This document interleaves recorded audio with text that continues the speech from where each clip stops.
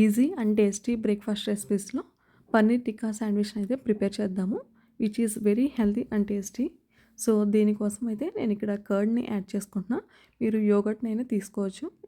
ఇప్పుడు సాల్ట్, కారం, గరం మసాలా, ఇంకా సాసెస్ అయితే మైనీస్ ఇంకా టమాటా కెచప్ యాడ్ చేసుకుంటున్నాను.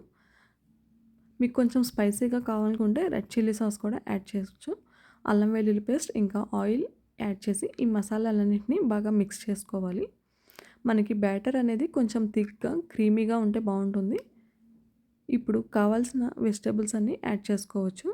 నేనైతే ఇక్కడ బెల్ పెప్పర్స్, ఆనియన్స్, పన్నీర్ ఇలా క్యూబ్స్గా యాడ్ చేసుకుంటున్నాను. వీటన్నిటిని కూడా బాగా మిక్స్ చేసి మీకు టైం ఉంటే హాఫ్ అన్ అవర్ మ్యారినేట్ చేయండి, లేదా ఇమీడియట్గా కూడా కుక్ చేసుకోవచ్చు. ఇలా మధ్య మధ్యలో కలుపుకుంటూ ఈ వెజ్జీస్ ఇంకా పన్నీర్ని అయితే కుక్ చేసుకోవాలి. సో మనకి పన్నీర్ టిక్కా ఫిల్లింగ్ అయితే రెడీ అయిపోయింది.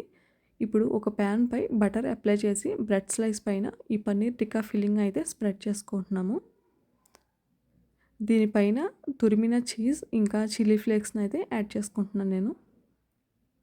మీకు నచ్చితే మిక్స్డ్ హర్బ్స్ ఇంకా ఆరిగానో కూడా యాడ్ చేసి అదర్ బ్రెడ్ స్లైస్ పైన కొద్దిగా బటర్ కూడా అప్లై చేసి మనం ఈచ్ సైడ్ 3 to 4 minutes ఈ బ్రెడ్ అనేది ఫ్రై చేసుకోవాలి.